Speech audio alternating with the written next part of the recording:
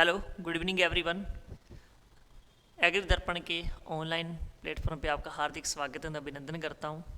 तो ये जो अपने वीडियो थी, थर्ड वीडियोज़ है।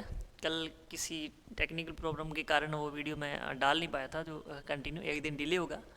तो देखो भी अपने पीछे पढ़ चुके हैं कि एग्रोनॉमी क्या है और उसके स्कोप पढ़ लिए थे, इसके इम्पोर्टेंस पढ़ लिए थे। इसके अलावा अपन ने ये भी चीज़ देख ली थी कि जो सॉइल होती है, सॉइल के अंदर उर्वरता किसे कहते हैं और उत्पादकता किसे कहा जाता है ना। और इसके बाद उसको प्रभावित करते हैं जैविक कौन से करते हैं या फिर प्राकृतिक कारक कौन से करते हैं उनको प्रभावित, है ना। उत्पादकता में प्राकृतिक कारक कौन से रोल प्ले करते हैं, जिन सारी चीज़ों के लिए अपने डिस्कस कर लिया था। अगला अपने टॉपिक पढ़ेंगे मृदा संरक्षण एवं शरण। यहाँ पे सिर्फ मैं आपको बताऊंगा कि मृदा संरक्षण और शरण क्या है।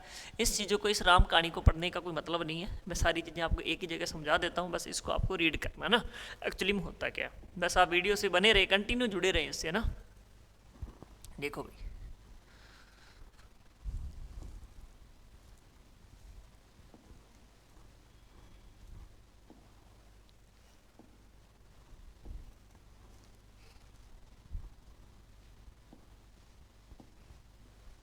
हाँ भाई, टॉपिक का नाम है मृदा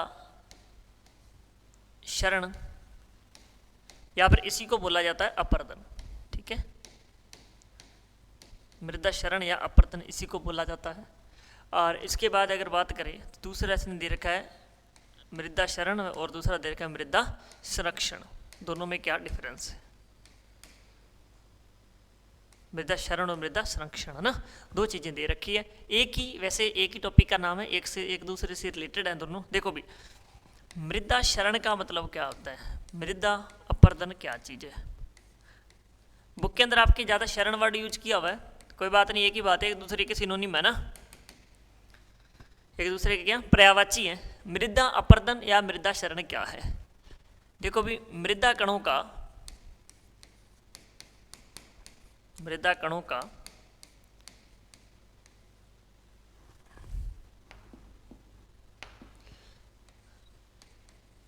जल,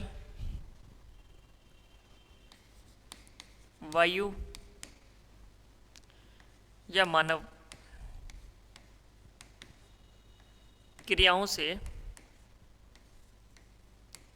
के द्वारा, मृदा कणों का जल, वायु, मानव क्रियाओं के द्वारा एक स्थान से दूसरे स्थान पर जाना, एक स्थान से दूसरे स्थान पर जाना।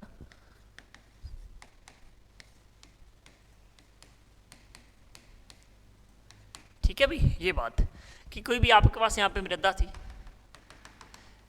ये कोई भी वायु की एक्टिविटी हुई, हवा की, या फिर आप कह सकते हो कि वाटर की, या कोई ह्यूमन ने ऐसी एक्टिविटी करी है ना, उसके कारण क्या हुआ, यहाँ से ट्रांसफर होकर सोइल कहाँ गई, दूसरी जगह चली गई, यानी यहाँ से क्या होगी, स्थानांतरित होगी।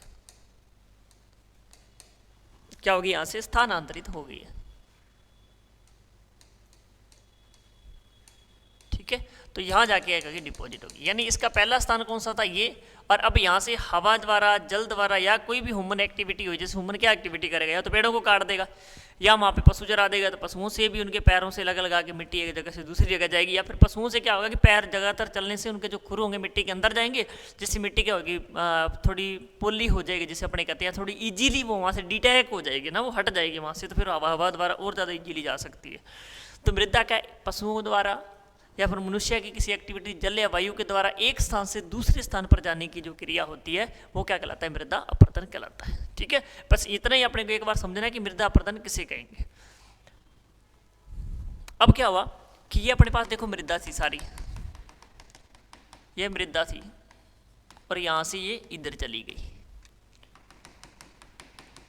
तो यहां से मृदा का लॉस हुआ, कहीं कटाव हो गया, या यहाँ पे भूमि उपजाऊ थी, उसके साथ उर्वरक वगैरह सब चले गए, जो भी उर्वरता थी उसके अंदर न्यूट्रिएंट्स थे, पोषक तत्व, वो सारे इस साइड चले गए ना।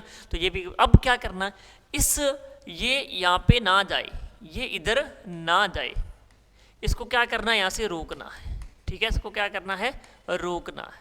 अपने मृदा क्षरण को रोकना है कि मृदा के कण एक जगह से दूसरी जगह ना जाए, तो इसी रोकने को या इसी क्रिया को क्या बोला जाता है? मृदा संरक्षण, या फिर इसे बोलते हैं सॉइल कंजर्वेशन। किसी भी सॉइल पार्टिकल को एक जगह से दूसरी जगह पे जाने से रोकना क्या कहलाता है? मृदा संरक्षण कहलाता है। ठीक है, यानी इसे बोलते हैं सॉइल कंजर्वेशन। और सॉइल इरोजन क्या होता है कि एक स्थान से दूसरी स्थान जगह जो पार्टिकल जा रहे हैं उसको रोकना, वो जा रहे हैं उसके जाने का प्रोसेस क्या कहलाता है? मृदा अपरदन कहलाता है। अपरदन को रोकना क्या? संरक्षण। बस इतनी सी बात है। मृदा अपरदन और मृदा संरक्षण में इतना सा फर्क है कि मृदा के कण एक से दूसरी जगह जा रहे हैं तो मृदा अपरदन, मृदा क्षरण कहलाता है, और इसको रोकना कैसे है? वो क्या कहलाता है? मृदा संरक्षण कहलाता है। मृदा को संरक्षित करके रखना है, दूसरी जगह नहीं जाने देना। ऐसा क्यों करना है कि अगर मृदा यहाँ से वहाँ जा रही है तो देखो यहाँ से बहुत सारे, अगर यहाँ से वहाँ जाएगी तो बहुत सारे पोषक तत्व भी साथ लेके चली जाएगी, जिसकी वजह से यहाँ पोषक तत्वों की कमी हो जाएगी, यहाँ ढलान हो जाएगी, गड्ढे हो जाएंगे, बहुत सारा इफेक्ट आएगा ना इस चीज़ का। आगे देखो कि जब मृदा अपरदन की बात होती है या फिर मृदा क्षरण अपने जिसे कहते हैं, इंग्लिश में से बोला जाता है सॉइल इरोजन। क्या बोलते हैं इसको? सॉइल इरोजन बोलते हैं। इसमें देखो क्या चीज होती है, मृदा इरोजन जो होता है एक तो होता है प्राकृतिक रूप से,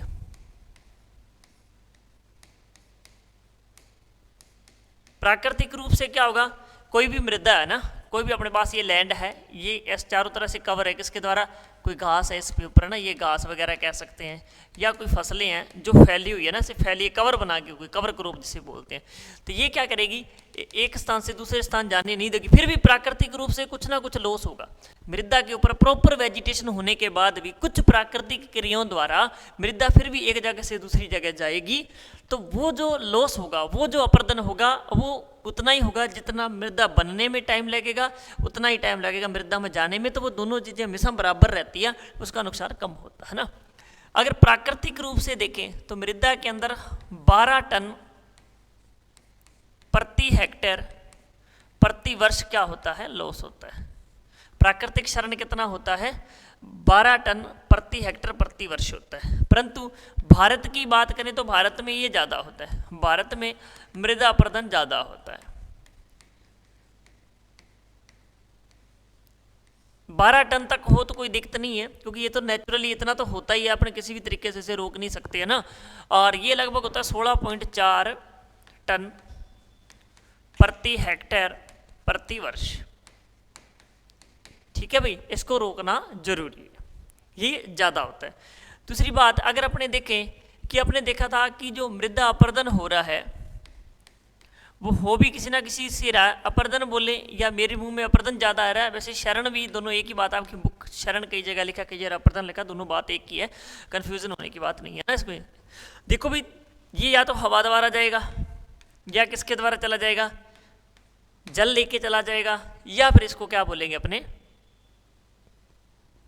मानव द्वारा, मानव क्रियाओं। मानव बहुत सारी एक्टिविटी ऐसी करेगा जिसके द्वारा ये पार्टिकल्स हैं एक से दूसरी जगह चले जाएंगे।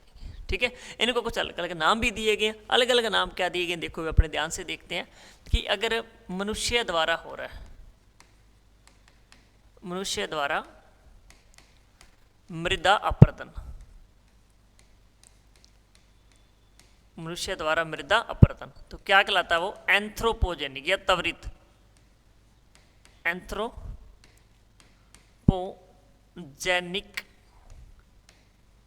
मृदा क्षरण कहलाता है या अपरदन कहलाता है ना। मनुष्य द्वारा जो हो रहा है, मनुष्य क्या करेगा, कैसे करेगा? या तो वहां पे क्या कर देगा? ग्रेजिंग कर देगा। ग्रेजिंग समझते हो? पशुओं को चराएगा ना। दूसरा क्या कर सकता है? पेड़ों को काट देगा ना, डिफोर्टेशन जिसे बोलते हैं, डिफोरेस्टेशन जिसे बोला जाता है ना, पेड़ों को काट देना, जंगलों को हटा देना, जंगलों को काटना। अब देखो इसमें होता क्या, ऐसा होता क्या, जैसे माने कि चलो ये कोई पेड़ था, इस पेड़ की बहुत जगह से जड़ें थी ऐसे ना, इसने क्या कर रखा था? यहाँ पे पूरी मिट्टी का से कवर करके रख रखा था। जैसे अपने इस पेड़ को काट देंगे तो मिट्टी इसमें तो लूज हो जाएगी, फिर ये यहाँ से क्या हो जाएगी? दूसरी जगह ट्रांसफर हो जाएगी, तो ये भी एक लॉस हो जाएगा। हवा व पानी द्वारा अलग अलग लॉस होता है। अगर अपने हवा व पानी दोनों का एक साथ बोले, है ना, इस लाइन को देखना भी, हवा तथा पानी द्वारा एक साथ होने वाला अपरदन, ये बात जरूर याद रखना, होने वाला अपरदन क्या कहलाता है, होने वाला शरण क्या कहलाएगा ना, शरण ही देखो आओ जा, इसे बोलेंगे वेव शरण, जो आपकी बुक में कहीं नहीं दिया, ठीक है, इसे क्या बोला जाएगा, वेव शरण बोला जाएगा। मैं यहीं पे सारे टॉपिक बता दूंगा, बस बुक को रीड कर लेना, इस वीडियो को देखो, बुक को पढ़ लेना, सारी चीज़ें उसके अंदर क्या होगी मेंशन मिल जाएगी आपको। तो ये अपने दो चीज़ें पढ़ी है, मानव के द्वारा जो भी शरण होगा उसे क्या बोला जाता है, एंथ्रोपोजेनी की मृदा शरण, और जो हवा तथा वायु दोनों मिलके एक साथ करेंगे उसे क्या बोला जाता है, वेव शरण बोला जाता है। अब देखो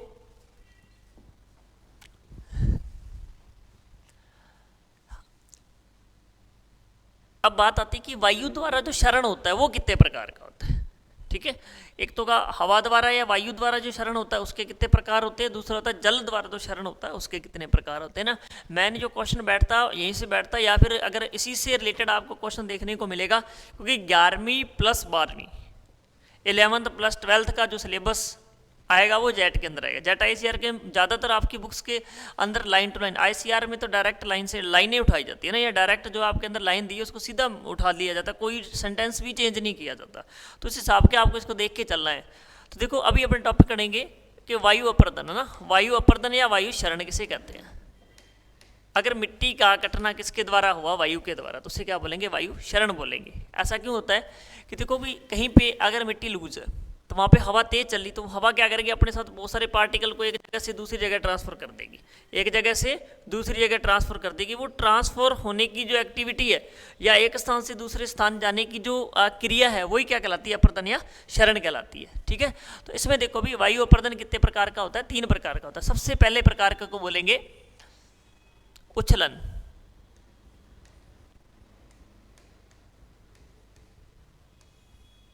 ठीक है, एक होता है उच्छलन जिसे बोला जाता है शाल्टेशन,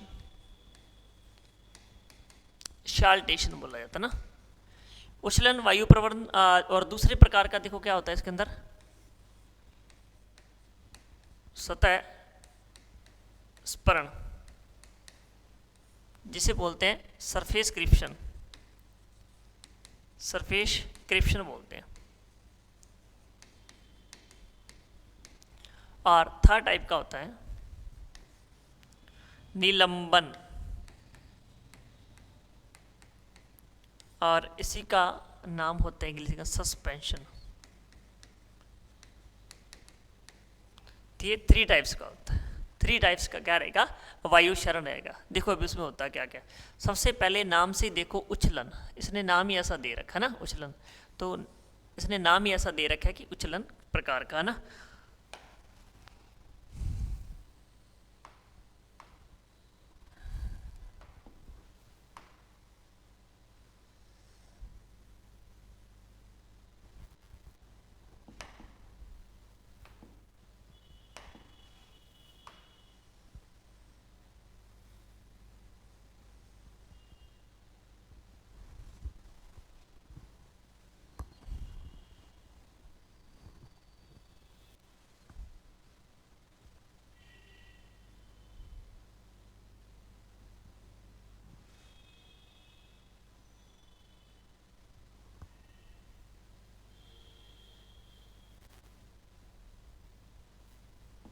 हाँ भी, ये आपने 3 प्रकार के पढ़े थे, कौन कौन से, उच्छलन जिसे साल्टेशन कहते हैं, सतह स्परण जिसे कहते हैं, और निलंबन है ना, ये 3 प्रकार का पढ़ा। तो सबसे पहले अपने उच्छलन की जब बात करेंगे तो उच्छलन के अंदर क्या होता है, देखो उच्छलन के अंदर क्या चीज़ होगी।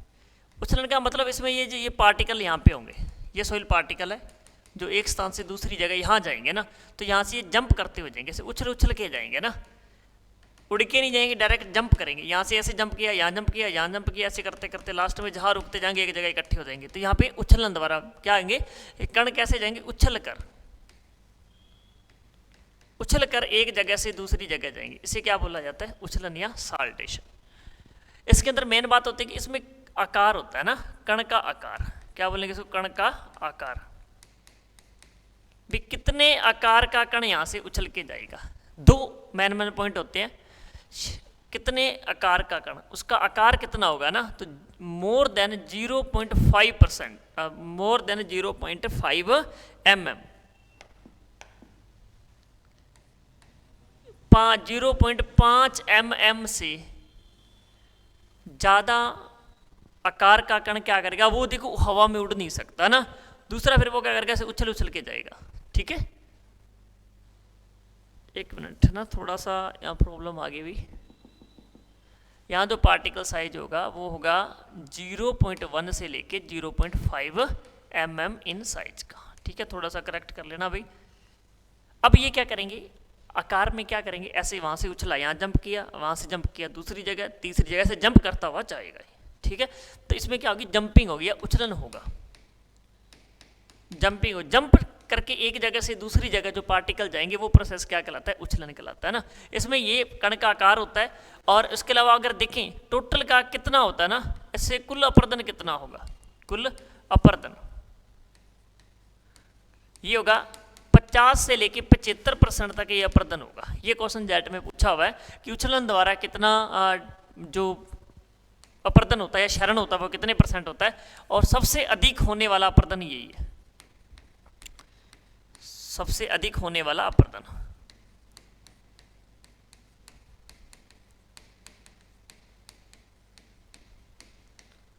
सबसे ज्यादा कोई अपरदन हो रहा है तो वो यही होगा। ठीक है, तो इसकी 3 बातें आपको याद रखनी है। उछलन में कण उछल उछल के जाएंगे, आकार 0.1 से 0.5 mm का होगा, कुल अपरदन का 50 से 75% इसी में होगा, सबसे ज़्यादा होने वाला अपरदन है। अगर बोले कि वायु के द्वारा मृदा एक जगह से दूसरी जगह जाती है तो सबसे ज़्यादा कौन से प्रोसेस के थ्रू जाती है, तो वो इसी का नाम आ जाएगा। दूसरी बात आ जाती है कि सतह संपरण में क्या होता है। संपरण यानी, संपरण का मतलब होता है कि यहाँ पे रेंग कर कण क्या करेंगे, रेंग कर एक स्थान से दूसरे स्थान पे जाएंगे, एक स्थान से दूसरे स्थान पर जाएंगे भाई। ठीक है, एक स्थान रेंग कर जाएंगे, ऐसे ना, कण बड़े होंगे और वो उछल नहीं सकेंगे, इसलिए क्या करेंगे, रेंगते हुए जाएंगे ना। तो रेंगते हुए जाएंगे तो साइज क्या होगा ना, पार्टिकल साइज क्या होगा, यानी इन कणों का आकार होगा 0.5 mm से ज़्यादा, यानी बड़े आकार के होंगे, इसलिए ना वो उछल नहीं पाएंगे, हवा में ऊंचे उड़ भी नहीं पाएंगे, पर वो रेंगते हुए ऐसे चले जाएंगे, क्रिप करते हुए चले जाएंगे ऐसे ना, इसलिए इसको क्या नाम दिया गया, सरफेस क्रिप्शन या सतह संपरण कहा गया। इसके द्वारा टोटल कितने %, 25% क्या होता है, मृदा क्षरण होता है। इस विधि द्वारा कितना क्षरण होता है या अपरदन होता है, इसके द्वारा होता है भाई 25% होता है। अब बात आती है संश्लेषण। संश्लेषण का मतलब क्या होता है कि इसमें बहुत ज़्यादा बारीक कण, जो सबसे ज़्यादा बारीक कण होंगे वो हवा में ऊपर उड़ जाएंगे ना, बहुत दूर चले जाएंगे, सर्वाधिक दूरी पर चले जाएंगे। कैसे, आपने घर के अंदर कई बार झाड़ू निकालते देखा होगा तो उसमें देखा ऐसे ऊपर ऊपर ऊपर वैसे कण उड़ रहे होते हैं ना, तो वो जो सिस्टम बनता है उसको क्या बोला जाता है, निलंबन बोला जाता है ना। तो इसके अंदर जो कण का, इसमें कण कैसे जाएंगे, उड़कर उड़कर ऊंचाई में उड़ेंगे ना, काफ़ी ऊंचाई में उड़ते हैं कण।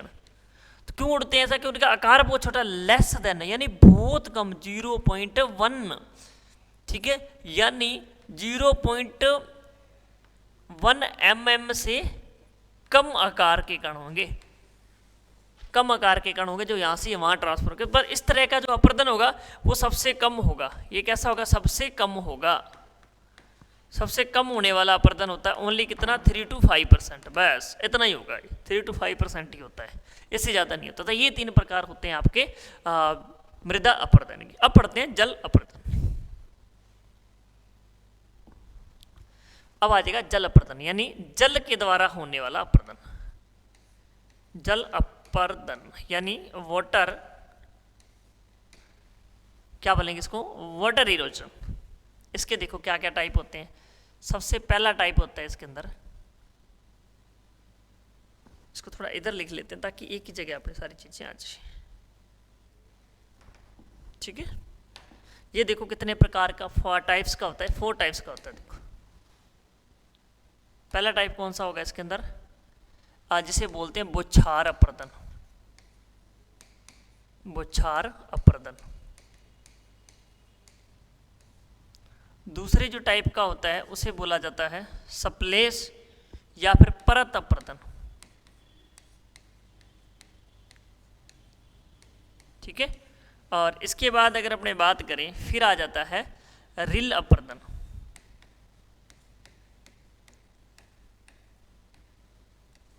और फोर्थ नंबर पे आ जाता है गली अपर्दन, या फिर इसे बोलते हैं अवनालिका, अवनालिका अपर्दन। अब सुनते जाना।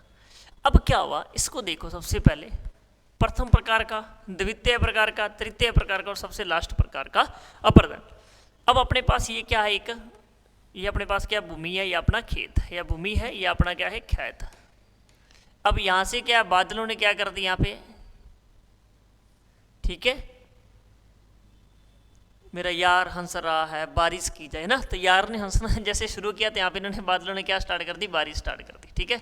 अब जैसे यहाँ पे बारिश आई तो बारिश जैसे यहाँ पे आके एक बड़े कण गिरे ना, यहाँ पे आके क्या हुआ, एक ना बड़े आकार के आके जैसे ऐसे ड्रॉप यहाँ पे गिरी, तो इसने क्या किया, यहाँ से मिट्टी को उठा दी। जैसे यहाँ पे आके वर्षा की बूंद गिरी तो इसने यहाँ पे मिट्टी को क्या कर दिया, दूर हटा दिया ना, ऐसे मिट्टी को छला छला के बाहर फेंका। तो ये मिट्टी अपने मूल स्थान से हट गई है ना। मृदा क्या कर रही है, मृदा मूल स्थान से क्या आ रही है, हट रही है ना। तो अगर अपने मूल स्थान से हट के दूसरी जगह जा रही तो ये क्या कहलाता है, अपर्दन। तो ये बौछार पड़ रही है ना, तो ये क्या कहलाता है, इस प्रकार का जल अपर्दन में इस प्रकार का अपर्दन क्या कहलाता है, बौछार अपर्दन कहलाता है, ठीक है। इसे बौछार अपर्दन बोला जाता है, या इसको बोलते हैं ड्रॉप, ठीक है। क्या बोला जाता है, ड्रॉप बोला जाता है इसको, ड्रॉप इरोजन बोला जाता है, या सप्लेश इरोजन बोला जाता है, ठीक है भी। यानी वर्षा की बूंद धरती पे गिरेगी और गिरते ही उसी जगह से मिट्टी हट जाएगी, ऐसा अपर्दन क्या कहलाता है, बौछार अपर्दन, ठीक है। क्योंकि बौछार अपर्दन में क्या आएगी, वर्षा, वर्षा में क्या होता है, पानी, पानी के द्वारा, इसलिए जल अपर्दन का ये प्रकार। अब क्या बताइए, अपने पास खेत था भाई, क्या था अपना, ये खेत था। अब यहाँ से पानी आ रहा है कंटिन्यू, तो ये पानी ऐसे चल रहा है ऐसे, ठीक है, ये पानी ऐसे चल रहा है, तो अपने साथ क्या कर रहा है, मिट्टी की एक परत को बहा कर ले जा रहा है। क्या कर रहा है, साथ के साथ ये एक जो मिट्टी की एक परत को लेके जा रहा है। तो इस प्रकार का क्या होता है, परत अपर्दन, है ना।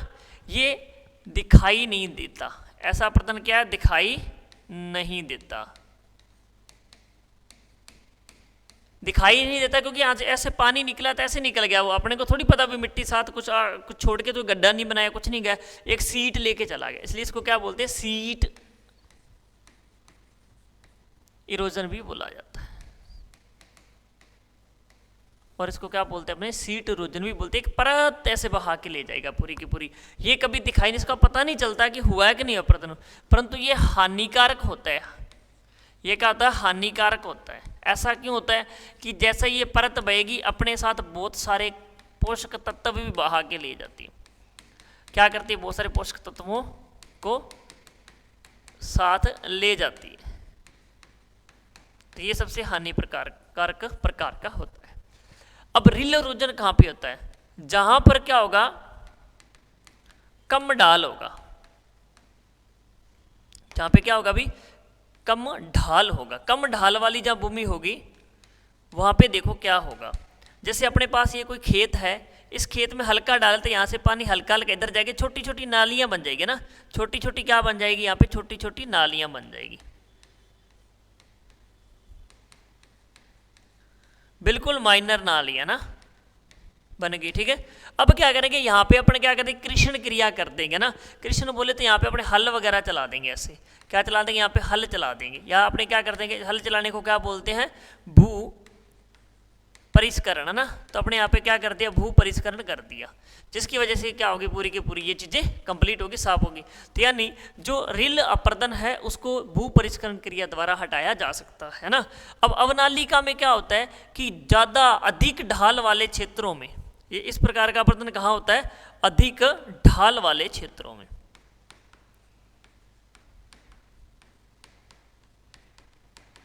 तो यहाँ पे बड़ी बड़ी नालियाँ या अवनालिका बन जाती नदियों जैसी, जैसे बनास नदी के आसपास देखना आप, या फिर आप कभी बीहड़ सुना होगा ना, जहाँ चंबल के डाकू छिपते हैं, करौली धौलपुर साइड का होता है, नदियाँ से टूट के साइड में बहुत बड़ी बड़ी 18-18 20-20 फीट गहरी या मीटर गहरी क्या बन जाती है, खाइयाँ बन जाती है। उनको अपनी किसके द्वारा कभी भी भूपरिष्करण क्रिया द्वारा बदल नहीं सकते। तो ये अवनालिका अपर्दन एक ऐसा प्रकार का जल अपर्दन है जिसे कभी भूपरिष्करण क्रिया द्वारा रोका नहीं जा सकता। तो अपर्दन के आपके इतने प्रकार थे, जल अपर्दन भी आ गया, वायु अपर्दन भी आ गया। ठीक है, इसके बाद अगर अपने आगे पढ़ते हैं तो आगे पढ़ना पड़ेगा अपने को मृदा संरक्षण। अगला टॉपिक क्या पढ़ना है? मृदा संरक्षण। कि मृदा अगर एक जगह से जा रही है तो उसको क्या करना है? संरक्षण करना है, मृदा संरक्षण। ठीक है, अब अपने थोड़ा तुम्हारे इसमें क्या होगा, कुछ क्या होंगे एग्रोनॉमिकल प्रैक्टिसेस होगी, कुछ क्या होगी इसमें एग्रोनॉमिकल प्रैक्टिसेस होगी ना। जैसे वो बोलेंगे कि कैंटूर बना दो, कैंटूर बना दो ना। कैंटूर में क्या करोगे, जैसे ये ढालू भूमि है तो यहाँ पे ऐसे ऐसे क्यारियाँ बना दो। अब पानी आएगा यहाँ रुकेगा, इसको भरने के बाद दूसरी जगह जाएगा, फिर यहाँ जाएगा, इस तरीके से कम वेग से जाएगा तो क्या बहुत सारी ऐसे रोकता रहेगा ना, सपोर्ट करता रहेगा, इसको बहुत ज़्यादा लॉस नहीं होने देगा, बहुत ज़्यादा लॉस ये होने नहीं देगा।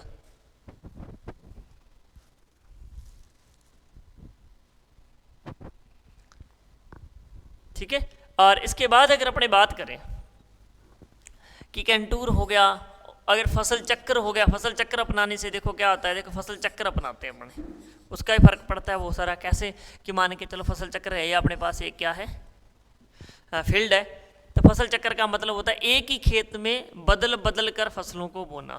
फसल चक्र क्या होता है? एक ही खेत में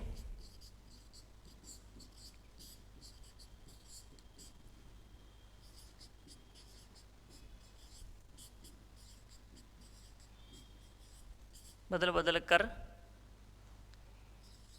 फसलें बोना ना।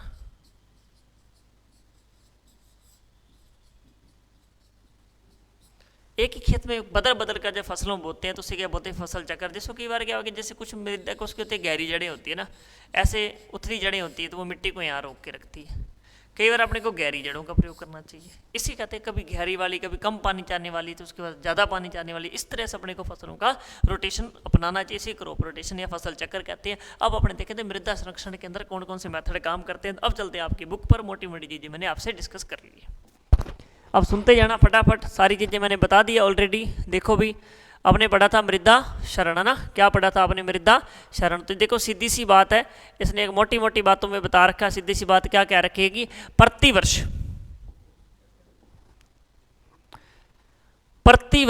कुछ प्राकृतिक शक्तियों, ठीक है, क्या बोल रहे हैं? प्रतिवर्ष कुछ प्राकृतिक शक्तियों के कारण ऐसा होता है।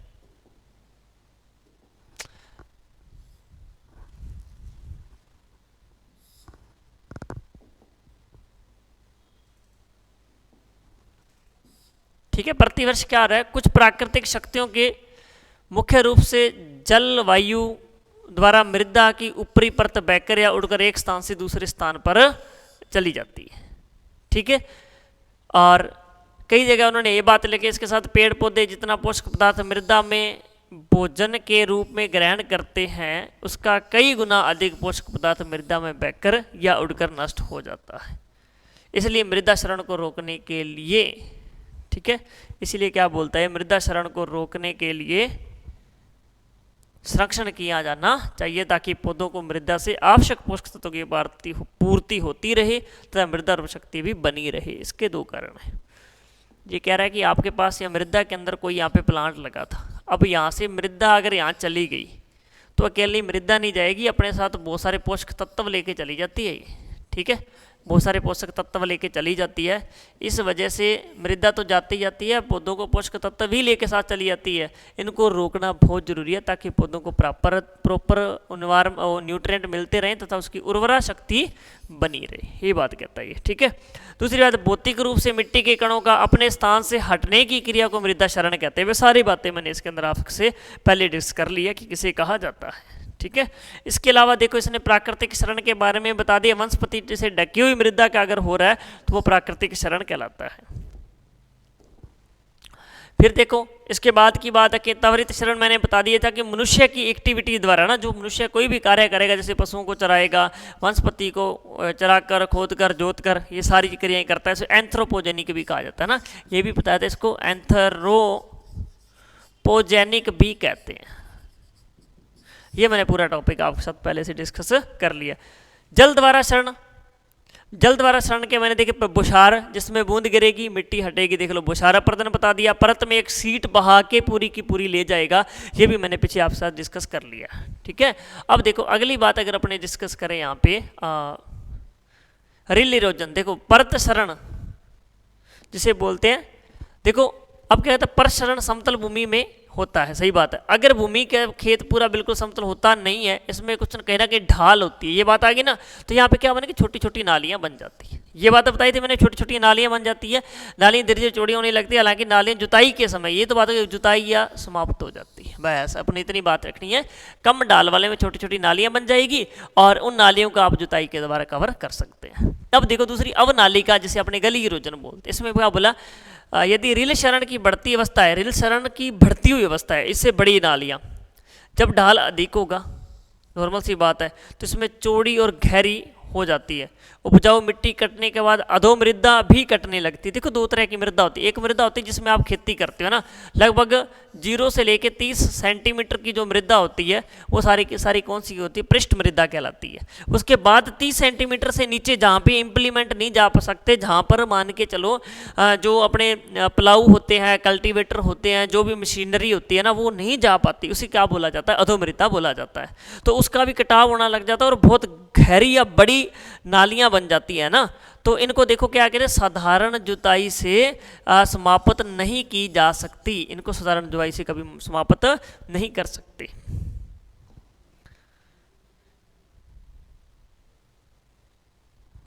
ठीक है भाई, इसके बाद देखो इन्होंने क्या बोला है, इसको प्रभावित करने वाले कारक कौन कौन से हैं। इन्होंने बोला कि जलवायु करती है ना। अब जलवायु बिल्कुल करेगी। जलवायु देखो अगर क्या हो रहा है, जलवायु का एक नॉर्मल सा कारण है वर्षा की गहनता, वर्षा की वृद्धि। गहनता का मतलब वर्षा क्या ना, एक साथ बहुत ज़्यादा वर्षा हो रही है, तेज वर्षा हो रही है तो बहुत ज़्यादा कटाव हो जाएगा, नॉर्मल वर्षा हो रही है तो बहुत नॉर्मल कटाव होगा। यही चीज़ इन्होंने यहाँ पे दर्शाई है कि सीधा प्रभाव पड़ता है वर्षा की गहनता का और उसकी स्पीड का सीधा इफेक्ट पड़ता है इसके ऊपर। लगातार ज़्यादा समय वर्षा होती रहेगी तो देखो भी ज़्यादा समय वर्षा होती रही तो वो टूट टूट के चट्टाने वगैरह जो भी है, चट्टाने हैं चाहे वो भी जो अपने भूमि है, वो लगातार क्या है एक जगह से दूसरी जगह चलती रहती है और टूटती रहती है। तो उससे जितनी देर तक ज़्यादातर वर्षा होगी, जितने टाइम ज़्यादा तक वर्षा होगी, उतने टाइम ज़्यादातर क्या हो जाएगा, इरोजन होता रहेगा। लगातार वर्षा हुई, कंटिन्यू वर्षा हो रही है, रुकी नहीं रही है, बहुत तेज हो रही है तो बहुत सारी मृदा कट के चली जाएगी। अगर नॉर्मल हो रही है तो बहुत कम नॉर्मल वर्षा कट के जाएगी, है ना, भूमि बहुत कम कट के जाएगी। अगर अपने अगली बात देखें तो ये देखो अगली बात क्या है, स्थलाकृति क्या इफेक्ट करती है। स्थलाकृति की देखो भी दो चीज़ें होती है। तो बोला कि ढालू भूमि पर शरण ज़्यादा होगा। देखो दो चीज़ें, एक तो अपने पास ऐसी मृदा बिल्कुल सिंपल है, एक मृदा ऐसी है, ऐसे एक सॉरी मृदा नहीं कहेंगे अपन इसको, अपने कह सकते हैं कि एक भूमि ढालू भूमि है, एक समतल भूमि में पानी यहाँ जाएगा तो लगभग यहाँ रुकने की कोशिश करेगा, बहुत ज़्यादा भरने के बाद थोड़ा बहुत पानी यहाँ से रिमूव होगा, या फिर अपने क्या करेंगे, जल निकास करेंगे। अतिरिक्त पानी को निकालना क्या कहलाता है, जल निकास कहलाता है। परंतु ऐसा कंडीशन है कि पानी आ रहा है और ढाल फुल है तो पानी सीधा नीचे जा रहा है और अकेला पानी सीधा नीचे नहीं जाए, बहुत ज़्यादा कटाव करेगा। जितनी भूमि ज़्यादा ढालू होगी उतना ही ज़्यादा कटाव होगा, जितनी कम ढालू होगी उतना ही कम कटाव होगा। ये डिपेंड करता है उसकी टोपोग्राफी पे ना। अगर यहाँ पे देखो ढलान कम है तो थोड़ा पानी सोखेगी भी मृदा अपने अंदर भी, अगर ऐसे ढालू है तो उसको सोखने का मौका नहीं, आई नीचे गई, आई सीधा नीचे गया तो खींच के साथ मृदा को भी बहुत सारा ले जा देती है। तो ढाल या टोपोग्राफी भी कहीं ना कहीं डिपेंड करती है सोइल जो इरोजन होता है उसको रोकने में या बढ़ाने में। अब बात आती है कि मृदा का प्रकार है, मृदा के गुण। देखो बलुई मृदा होती है, आप रेत होती है, मिट्टी होती है, दूर दूर कण होते हैं, मोटे मोटे कण होते हैं ना, और दूसरी चिकनी मिट्टी होती है। अब देखना बलुई मिट्टी बहुत जल्दी कट जाएगी क्योंकि उसके कण क्या होते हैं, बड़े होते हैं और दूर दूर होते हैं, तो पानी को रोक नहीं सकेगी। वो पानी को रोकने की वाटर होल्डिंग कैपेसिटी जिसे बोलते हैं, क्योंकि इसके पोर क्या होते हैं, पोर साइज इसमें बड़ा होता है ना, इसके अंदर का रंध्रों का आकार बड़ा होता है, पानी आएगा सीधा अंदर जाएगा और इसको काट के यहाँ से ले जाएगा। और दूसरी चिकनी मिट्टी क्या होती है, बिल्कुल ऐसे बिल्कुल पास पास होती है, इसके ऊपर से पानी ऐसे चला जाएगा, इसको काटेगा पर बहुत कम काटेगा एज कंपेयर टू बालू मृदा।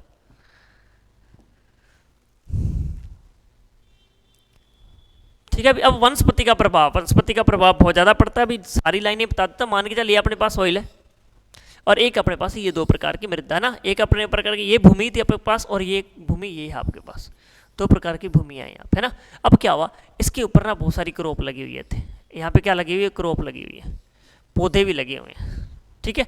अब क्या हुआ, यहाँ पे बड़े बड़े से प्लांट भी लगे हुए हैं, यहाँ बारिश आई, इस पे गिरेगी, पहले इस पे गिरेगी, फिर इस पे गिरेगी, इस पे गिरेगी ना, तो सीधा कणों पे ऊपर इफेक्ट नहीं पड़ेगा। एक बिल्कुल नग्न भूमि है, इसके ऊपर पानी गिरा तो सबसे पहले तो बुछार अपर्दन होना शुरू हो जाएगा इससे, है ना, जैसे गिरा मिट्टी को, अगर ज़्यादा हो रहा है तो पूरी मिट्टी को काट रहा है। जहाँ पे वन संपदा ज़्यादा होगी या भूमि पर वेजिटेशन या वनस्पति ज़्यादा होगी, वहाँ मृदा का बहुत कम क्षरण होगा, किसके कंपेरिजन में और किसकी तुलना में, जहाँ पे मृदा के ऊपर कहीं भी कोई वनस्पति नहीं है। इसके अलावा ये एक काम और करेगा कि अगर ये पेड़ पौधे की पत्तियाँ यहाँ पे गिर गई है तो इसका जीवाणु अपघटन करेंगे, इस वजह से इसमें जीवाश्म पदार्थ बढ़ेगा और उर्वरक क्षमता भी बढ़ाएगी, दोनों काम करेगा, एक तीर दो निशाने लगा देगा। ये मानवीय कारक, मानव बहुत हानिकारक है ना, मानव बहुत ज्यादा हानिकारक, देखो ना,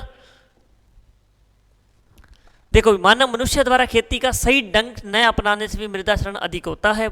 देखो ऐसा क्यों होता है, देखो ऐसा क्यों होता है, मान के चलो जब करने काम होते उल्टे, है ना, जब काम क्या करने होते उल्टे करने होते हैं ना, वो एक कहावत है ना, अध जल गगरी छलकत जाए, यानी अधूरा ज्ञान हमेशा क्या होता है, नुकसानदायक होता है। जैसे मान के चलो, जैसे ये ढालू भूमि है आपके पास, ये ढालू भूमि है, अगर आपने क्या किया कि इसके अंदर आप क्या कर रहे हो, कल्टीवेशन कर रहे हो, हल चला रहे हो, आपने इसको इसी साइड चला दिया तो आपने और ज़्यादा ढलान की तरफ चला दिया। हमेशा क्या करना चाहिए, इसकी उल्टी साइड, है ना, इसके अगेंस्ट इस साइड से हल चलाएं, ताकि यहाँ वाली मिट्टी उठ के इधर आ जाए, यहाँ वाली मिट्टी उठ के इधर आ जाए। अगर अपने इधर जा रहे हैं तो मतलब और ज़्यादा ढलान पैदा कर रहे हैं, तो ये कहीं ना कहीं कृषि का तरीका भी कहीं ना कहीं डिपेंड करता है इस चीज़ को भी, आप किस तरह उसके अंदर जुताइया कर रहे हैं। दूसरी इसके बाद का अगर अपने टॉपिक देखें, इन्होंने बता रखा है मृदा गुण वगैरह ये सब हो गए। अब देखते हैं कि पट्टियों में फसल को बोना, बिल्कुल भी पट्टियों में फसल बोने का भी बहुत फायदा। देखो क्या कह रहा है कि इसके प्रणाली में फसलें डाल के विपरीत समांतर पट्टियाँ, भू शरण अवरोधी घास लगा दो, निराई गुड़ाई करने वाली फसलें लगा दो, ठीक है। अब क्या होता है, मान के चलो आपके पास एक फील्ड है, यहाँ पे आपने क्रॉप ऐसे लगा रखी, ये पंक्तियों में क्या लगा रखी आपने, ऐसे फसल लगा रखी। अब यहाँ इसकी पट्टी बन गई, इधर इधर बट ऐसे लगा दी। अब क्या हुआ, इसके बीच में आप निराई गुड़ाई करेंगे तो जोरबार सी बात है, इसके बीच पट्टियों के बीच बीच आप क्या करोगे, निराई गुड़ाई करोगे, जिसकी वजह से मिट्टी क्या ऊपर की तरफ उठेगी ना, मिट्टी क्या होगी, भुरभुरी होगी, जगह खाली ज़्यादा होगी, तो पानी आएगा तो इसके अंदर ये सोखेगा। अगर यहाँ से मृदा कटेगी तो यहाँ जाके रुक जाएगी, यहाँ से कटेगी तो यहाँ रुक जाएगी, तो यानी बहुत कम कटाव हो जाएगा, कम कटाव बहुत कम हो जाएगा। समांतर पट्टियों के अंदर फसलों को बोकर भी अपने क्या कर सकते हैं, मृदा क्षरण को रोक सकते हैं।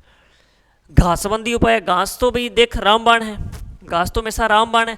ये आपके पास क्या हुआ, घासबंदी आपने क्या किया, एक ऐसे करके, ये आपके पास खेत है, यहाँ पे आपने क्या लगा दिया, ऐसे ये फसल लगा दी, ये एक पंक्ति में फसल, ये दूसरी पंक्ति आ गई, ये तीसरी पंक्ति आ गई, ये चौथी पंक्ति आ गई, और इसके बीच में आपने क्या लगा दिया, ऐसे घास लगा दिया, इसके बीच में आपने क्या लगा दिया, ऐसे घास लगा दिया, है ना। फसल के साथ घास की खेती करना क्या कहलाता है, ले फार्मिंग कहलाता है,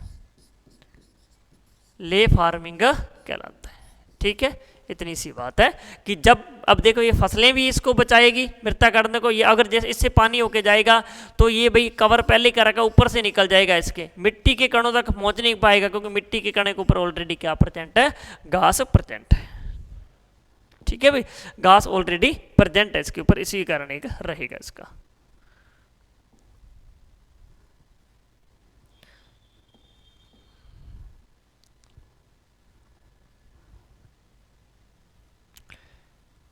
ठीक है भाई, अब अपने ये सारी की सारी जैविक क्रिया हो चुकी है। इसके बाद अपने को पढ़ना है मृदा क्षरण की यांत्रिक विधियां, और उसके मृदा क्षरण की जैविक विधियां पढ़ ली अपने लगभग, इसमें जैविक विधियां हो गई अभी। अब अपने को सस्य विज्ञान की विधियां पढ़नी है। सस्य विज्ञान की विधियों में देखो अपने को क्या क्या करना है, एक तो क्या करना है, इसके अंदर समोच खेती करनी है ना, सस्य विज्ञान में वो जैविक था, आपने पेड़ पौधे लगा दिए, सारे लगा दिए, तो वो जैविक हो गया ना। सस्य विज्ञान संबंधी में समोच आपको मैंने बताया कि ढाल है, तो यहाँ पे अलग अलग आपको ऐसे क्यारी कंटूर बना देने, ऐसे क्यारियाँ बना देनी है, ऐसे ठीक है, इधर से बारिश आएगी तो यहाँ पानी रुकेगा, ये भरने के बाद दूसरे में जाएगी, ये भरने के बाद तीसरे में जाएगी, अदरवाइज ये ढलान है तो पानी सीधा नीचे जाएगा, और ये कंटूर सिस्टम होता है ना। उसके बाद अगर टिलेज अपने को करनी है तो टिलेज में क्या होता है, देखो भी टिलेज में ये कहता है कि टिलेज या भू परिष्करण का क्या मतलब होता है। इन्होंने बोला है कि भू परिष्करण की सही विधियाँ और औजार अपनाने से मृदा की संरचना ठीक की जा सकती है। पुरानी क्षेत्रों में गहरी जुताई करनी चाहिए ताकि खरपतवार नष्ट हो जाए तथा मृदा में पानी का अवशोषण अधिक हो, जिससे भूषण कम होता है। जैसे मान के चलो ये अपने पास एक खेत था, तो इसमें अपने क्या कि गहरी जुताई कर दी है ना, गहरी जुताई करने या खरपतवार अगर सर सब नष्ट हो गई, गहरी जुताई दिया, स्पोर स्पेस बढ़ गया ना, मृदा एकदम बिल्कुल खुल गई, दूर दूर होगी, तो यहाँ जितनी भी बारिश होगी पानी अंदर जाएगा, पानी अंदर जाएगा, पानी ज़्यादा ज़्यादा अंदर जाएगा तो पानी ऊपर क्या होगा, घूमेगा नहीं, ऊपर पानी घूमेगा नहीं, है ना। इस वजह से भी एक बेनिफिट हो जाता है। पलवार, पलवार का मतलब होता है मल्चिंग कर देना ना, मतलब आपके पास ये कोई खेत है, उसके ऊपर या तो कुछ क्या करो, बारिश हो रही है उस समय पट्टियाँ लगा दो, चाहे तो आप प्लास्टिक की पट्टियाँ लगा दो, पॉलीथीन प्लास्टिक की पट्टियाँ लगा दो, या आप क्या करो ऐसे कवर क्रॉप लगा दो, ऐसी क्रॉप लगा दो जो क्या करे इसको पूरे को घेर ले। जब ये पूरे को ऐसे घेर लेगी तो पानी का डायरेक्ट कॉन्टैक्ट किसके साथ नहीं होगा, मृदा कणों के साथ नहीं होगा। जब मृदा कणों के साथ डायरेक्ट कॉन्टैक्ट नहीं होगा तो उसको यहाँ से वहाँ नहीं लेके जाएगी। जैसे मान के चलो मैंने अभी ये कोट पहन रखा ना, तो मेरे ऊपर कोई पानी गिराएगा तो मेरे शरीर को नहीं लगेगा, डायरेक्ट इसके ऊपर से निकल जाएगा, ताकि मैं गिल्ला नहीं होऊंगा। अगर मैं गिल्ला नहीं होगा तो मैं ठंड से बच जाऊंगा। वही चीज़ यहाँ पे होती है। फसल चक्र, हाँ फसल चक्र का भी बहुत इफेक्ट पड़ता है। देखो फसल चक्र से क्या क्या चीज़ें होती है ना, एग्रोनॉमिकल प्रैक्टिस है जो एग्रोनॉमी के अंदर आती है। इसमें देखो फसल चक्र का मृदा संरक्षण के लिए अपनाए गए फसल चक्र में ये सिद्धांत रखा जाता है कि अधिकाधिक समय तक घास एवं दलहनी फसलों के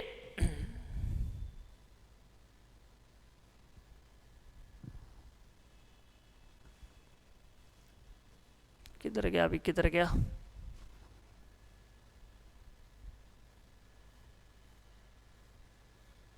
दलहनी फसल के मिश्रण से भूमि के अनाचित रखा जाए, उपयुक्त फसल चक्र अपनाने से क्षरण कम हो जाता है, जल का अच्छा संरक्षण हो जाता है और मिट्टी का उपजाऊपन भी बढ़ता है। वो सेम ही बात होगी, भी बदल बदल कर फसलें बोल रहे हो, दलहनी फसलें बोल रही तो वो वैसे ऐसे फैलती है ना, कवर कर लेती है। दूसरा अगर आप घास लगा रहे हो वो वैसे इसको कवर कर लेता है। कुल मिला के मिट्टी को कटने नहीं देना, अपने को बचाना है कैसे भी करके। पट्टियों में फसल बोना मैंने बता दिया, घास संबंधी बता दिया, वृक्षारोपण बता दिया। अब मृदा क्षरण की यांत्रिक विधियां क्या क्या है, बस ये टॉपिक अपने पढ़ लेते हैं। यांत्रिक विधियां क्या क्या है, ठीक है भाई। जब यांत्रिक विधियों की बात आती है तो यांत्रिक विधियों में देखो क्या क्या है, मृदा क्षरण की यांत्रिक, क्यारियां या थल्ला बनाना। क्यारियां या थल्ला बनाओगे, देखो आप दो चीज़ें कर सकते हो। ये आपके पास एक खेत है, इस खेत में क्या हुआ, ऐसे आपके पास ये पेड़ लगा, ये पेड़ लगा, इस पेड़ के चारों ओर आप ऐसे बना दिए, खाला बना दिया, इसमें पानी भरेगा, ठीक है। थाले का क्या चीज़ होती है, जैसे ये हो गया, ठीक है। उसके बाद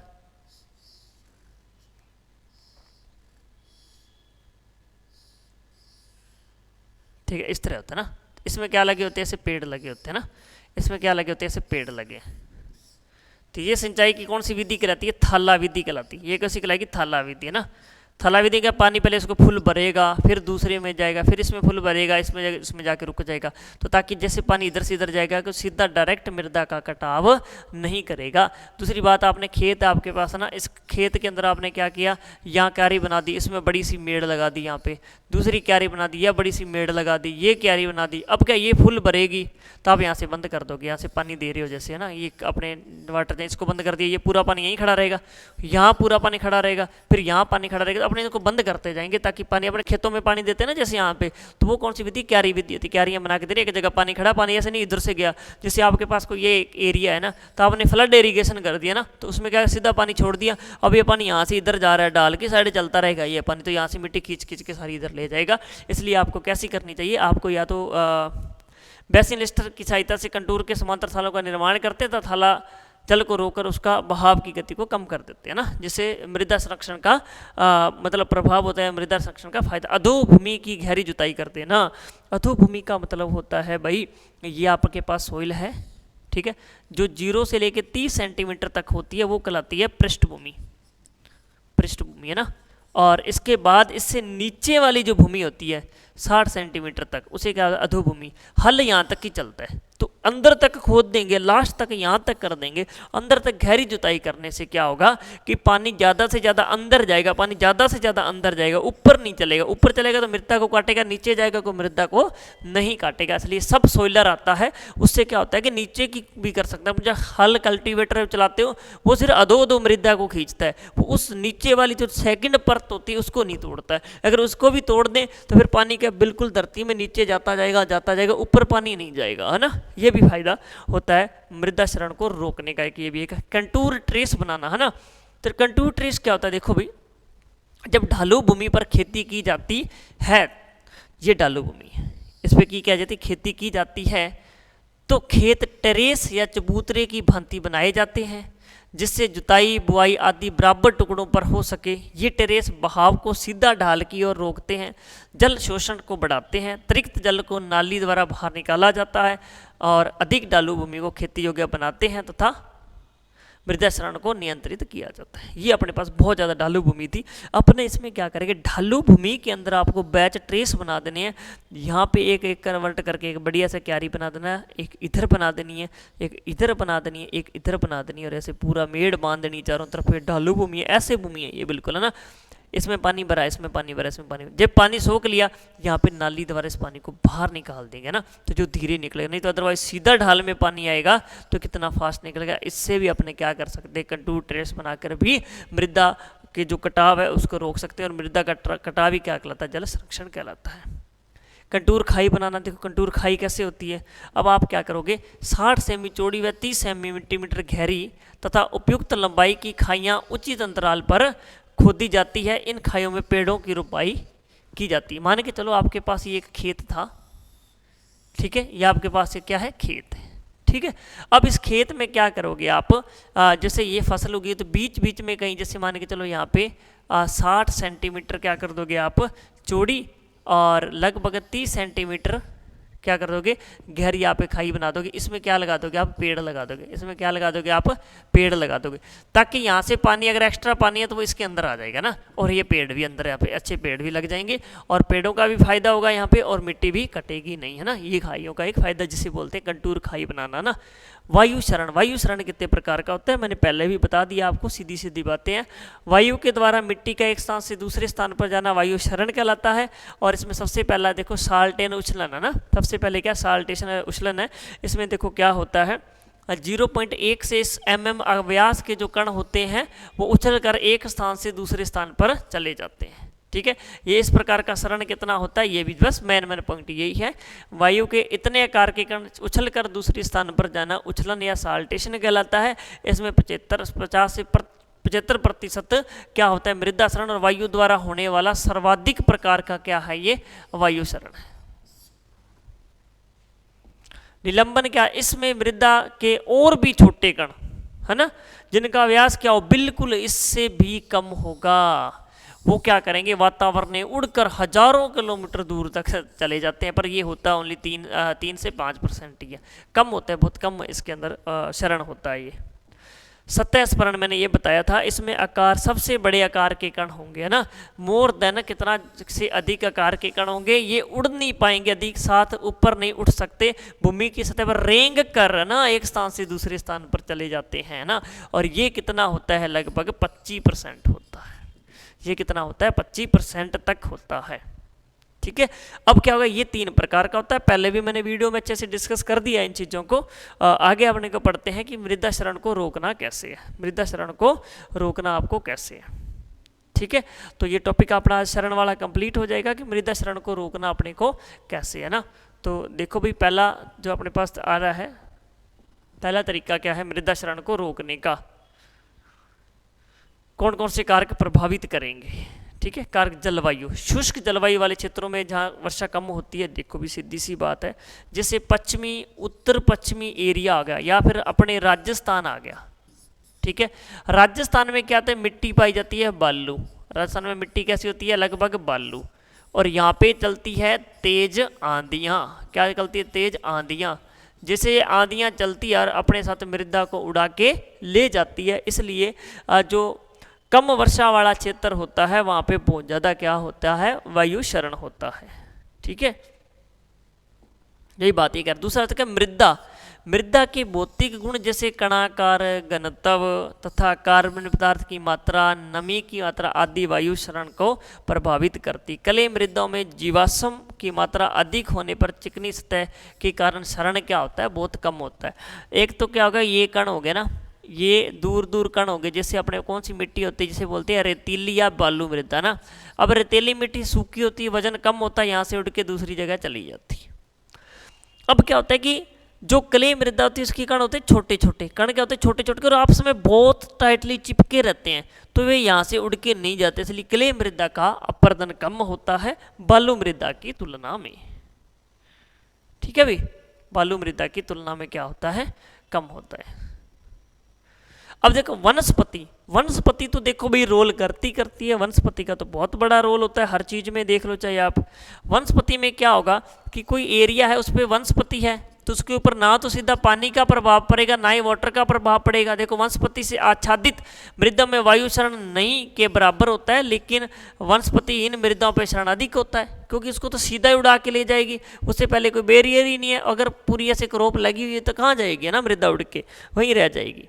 स्थलाकृति, ढलू भूमि में समतल भूमि अपेक्षा अधिक मृदा क्षरण होता है। देखो भाई, एक तो समतल भूमि होगी, यहाँ से मृदा को उड़ाना है, यहाँ पे क्या करना है, हल्की सी हवा देनी है, कण अपने आप नीचे की तरफ जाना शुरू हो जाते हैं। तो ढलू भूमि में हमेशा चाहे वायु है चाहे वो है, वो हमेशा ज़्यादा ही होता है ना। स्थला, ये भी चीज़ें क्या करते हैं, इसको प्रभावित करें। वायु क्षरण नियंत्रण के सिद्धांत, वायु क्षरण को आप कैसे रोक सकते हो। ठीक है, वायु क्षरण को आप कैसे रोक सकते हो।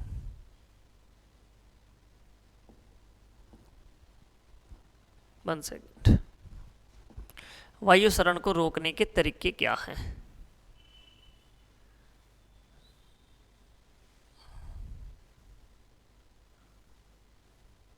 अब सुनना भी ढंग से कि वायु क्षरण को रोकने के तरीके क्या हैं। सबसे पहले देखो वायु क्षरण को आप कैसे रोक सकते हो। वायु मृदा, अब देखो वायवीय क्षरण नियंत्रण के सिद्धांत देखो क्या क्या है। वायु मृदा, वायु द्वारा मृदा क्षरण को रोकने से निम्नलिखित। पहला, वायु को वेग को कम करो, स्पीड को घटा दो। अब ऐसे तो नहीं स्पीड अपने कंट्रोल कर देंगे, कुछ आगे लगा देंगे, क्या लगा देंगे वो आगे की बात है। कणों के समूह को आकार का, समूह के आकार को बढ़ाना। कणों को कैसे बढ़ाएंगे, जैसे आपने सोइल है उसके अंदर आप क्या डाल दो, FOM डाल दो, तो ये इसके साथ चिपक के ज़्यादा बड़े कण होंगे तो कम उड़ेंगे ना। मृदा सतह को नम रखना, गिल्ली मृदा रखोगे तो मृदा उड़ेगी नहीं। सबसे पहले अगर उपरोक्त सिद्धांतों को ध्यान में रखते हुए वायु क्षरण को निम्नलिखित विधियों द्वारा रोका जा सकता है। सबसे पहले तो क्या करना, अपने को वायु की स्पीड को कम करना, वो कैसे कर सकते हैं। दूसरा क्या करना है कि मृदा कण का समूह का बढ़ाना, भी मृदा कण आपस में ज़्यादा से ज़्यादा हो जाए। कुछ ऐसी चीज़ डालो जिससे मृदा कण आपस में आके चिपक के भारी हो जाए, भारी हो जाएंगे तो उड़ेगे नहीं। तीसरी बात उन्होंने बोला मृदा सतह को नम रखो, गिल्ली रखो मृदा को, जितनी गिल्ली मिट्टी का भी नहीं उड़ती है ना, तो ये भी एक कारण इसके अंदर फैक्टर काम करता है, नमी ज़्यादा होनी चाहिए। कृषि क्रियाएं क्या कर सकते हैं, देखो कृषि क्रिया में देखो ये क्या क्या करने जा रहे हैं। पहला कह रहा है कि मृदा में जीवाश्म खादों का प्रयोग करें, जैसे FOM गोबर की खाद डालोगे तो उसका बड़ा इफेक्ट आता है। गोबर की खाद डालने से क्या तो वो सड़ेगी, गलेगी, कणों के साथ चिपकेगी, चिपकने से उसका वजन ज़्यादा हो जाएगा। मृदा में हरी खाद वाली फसलों का प्रयोग करना चाहिए, क्योंकि ये फसलें उर्वरता बढ़ाने, कणों को बांध कर रखने तथा नमी की मात्रा संचित रखने में सहायक होती है। ठीक है, अब मान के चलो आपने हरी खाद बो दी, तो हरी खाद जब आपको मिला दोगे तो हरी खाद क्या करेगी, ऑर्गेनिक मैटर बढ़ाएगी, तो आपस में कण क्या होंगे, बड़े होंगे, बड़े होकर कण आसपास रहने लग जाएंगे, है ना। जब कण आसपास रहेंगे ज़्यादा चिपकेंगे तो ये उड़ेंगे नहीं। मृदा सतह पर पलवार का प्रयोग करना चाहिए। पलवार का मतलब होता है कोई भी एक मल्चिंग या कुछ बिछा देना, ऐसे कवर कर देना, कुछ सूखा घास वगैरह डाल दिया, चाहे सीधा डायरेक्ट मृदा के ऊपर कोई चीज़ चढ़ा देनी, एक मतलब कुछ बिछा देना मृदा के ऊपर। भू परिष्करण, मृदा भू परिष्करण द्वारा मृदा वाष्पीकरण कम करके नमी बनाए रखना चाहिए। देखो भाई वाष्पीकरण क्या मतलब क्या होता है, दो तरह के होते हैं, एक ट्रांसपिरेशन होता है, एक क्या होता है वाष्पीकरण होता है। मतलब मृदा की सतह से पानी का उड़ना क्या कहलाता है, ये मृदा है, ठीक है, मृदा सतह से क्या हो रहा है, पानी उड़ रहा है। ठीक है, अगर पानी उड़ रहा है मृदा सतह से तो ये क्या कहलाता है वाष्पीकरण। मृदा से पानी उड़ गया, मृदा सूख जाएगी, हवा चलेगी, मृदा उड़ जाएगी, मृदा का उड़ना ही क्या कहलाता है अपरदन। इसी को तो रोकना है अपने को, है ना। तो वो भू परिष्करण क्रिया चलाएंगे, वो हल वगैरह चलाएंगे ताकि नमी बनी रहे। फसल चक्र में दाल वाली फसलें तथा घास को सम्मिलित करना चाहिए, क्योंकि ये मृदा संरक्षी फसलें हैं जो मृदा क्षरण को कम करती है। अब क्या करो आप इस तरह से मतलब फसलें उगाओ जो क्या करे, ऐसे कवर करके रखे ना, ऐसे ऐसे लंबी ऐसे ऐसे बढ़े हुए मृदा के ऊपर ऐसे फैले, जो उसको कवर करके रखे, चाहे घास आगे चाहे दलहनी फसलें, जैसे मूंग देख लो ऐसे पौधा पूरा फैलता है। अगर आप गवार लगा रहे तो उतर जाता है, कपास लगा रहे तो ऐसे उग जाती है, परंतु आप मूंग लगा रहे तो वो क्या ऐसे ऐसे ऐसे फैलती है चारों तरफ, जो दलहनी फसलें है ना, जिनसे दालें बनाई जाती है। भूमि को पड़ती नहीं छोड़ना, यानी भूमि को खाली नहीं छोड़ना चाहिए। खाली जो भूमि होती है वो उड़ती है, उस पर कोई काम नहीं होता, तो वो खाली होती है तो उसको हवा उड़ा के ले जाती है। पशुओं की चराई बंद कर देनी चाहिए ताकि भूमि पर घास हमेशा बनी रहे। देखो पशु क्या करते हैं, घास को खा जाते हैं। ये पहले यहाँ पे घास था, पशु ने घास खा लिया, मृदा नगन होगी, हवा चली और मृदा यहाँ से उड़ जाती है। अब क्या करना, वायुरोधी वृक्ष पट्टियां लगानी है। अब आपने क्या करना है कि देखो वायु की गति कम करने के लिए जिस दिशा में हवाएं आती है उस दिशा में समकोण विपरीत दिशा में वृक्ष, झाड़ियां तथा घास जो पट्टियां लगाते हैं, पट्टियां मृदा क्षरण को काफ़ी कम कर देती है, सतह वाष्पीकरण को भी रोकती है। इसकी कई आकृतियां हो सकती है, जैसे सबसे बड़ा पट्टी पिरामिड में लगा दो, पर्णाकार में होती है, जिसके अंदर की लाइन में शीघ्र बढ़ने वाली, दूसरी लाइन में कम बढ़ने वाली, तीसरी लाइन में सबसे अधिक बढ़ने वाली पेड़ या घास होती है। इस प्रकार हवा आने की दिशा में छोटे छोटे वृक्ष, बीच में थोड़े बड़े थोड़े बड़े व हवा डालने वाली दिशा में सबसे छोटे वृक्ष लगाने चाहिए ना। पट्टियों आपस में 3 से 4 मीटर की दूरी, पेड़ से पेड़ की दूरी 1 से 2 मीटर पर रखनी चाहिए। देखो इसमें क्या होता है कि जैसे आपका यह खेत है ना, ठीक है, इधर से हवा आ रही है, हवा आ रही है, और इधर से हवा जा रही है। इधर आप क्या करो, बड़े बड़े पेड़ लगा दो ऐसे, ठीक है, एक पेड़ यहाँ लगा दिया, एक पेड़ यहाँ लगा दिया, एक पेड़ यहाँ लगा दिया, फिर एक पेड़ यहाँ पे लगा दिया, एक पेड़ यहाँ पे लगा दिया। इधर पेड़ क्या लगाओगे, इधर लगाओगे आप छोटे, इधर से हवा जा रही है क्योंकि क्रॉस भी तो करना होगा, इधर पेड़ लगाओ बड़े। अब हवा जैसे इधर से आई फुल स्पीड से, तो यहाँ पे आके पहले किससे टकराएगी, इन पेड़ों से टकराएगी। इन पेड़ों से टकराएगी तो इनकी वेग को क्या कर देगी, वो कम कर देगी। ये बोला कि पेड़ से पेड़ की दूरी, यानी यहाँ से पेड़ से पेड़ की दूरी 1 से 2 मीटर तक। एक पेड़ यहाँ लगाया तो दूसरा पेड़ यहाँ दिया, इनके बीच की दूरी कितनी रखनी है, 1 से 2 मीटर रखनी है। इस पंक्ति से इस पंक्ति की दूरी कितनी रखनी है, 3 से 4 मीटर रखनी है। तो इस साइड, जिस साइड से हवा आ रही है उस साइड बड़े पेड़ लगा दो, और जिस तरह छोटे हवा जा रही है जिधर से क्रॉस हो रही है उस साइड क्या कर दो, छोटे पेड़ लगा दो। ठीक है। इसके अलावा मिट्टी के टिल्लों को आच्छादित रखना, जो मिट्टी के टिल्ले हैं उसके ऊपर झाड़ियाँ वगैरह लगा दो, जिससे क्या हो जाएगा, कंट्रोल आ जाएगा, मृदा ज़्यादा उड़ेगी नहीं, है ना। वृक्ष लगा दो, झाड़ियाँ घासें ये सारे के सारे लगा दो, जिससे क्या हो जाएगी, कम से कम मृदा उड़ेगी, है ना। तो ये आपका पूरा टॉपिक था जो मृदा क्षरण का था, और मृदा क्षरण में अपने कितने टाइप होते हैं, कैसे रोका जा सकता है, सारी चीज़ें पढ़ ली है। धन्यवाद।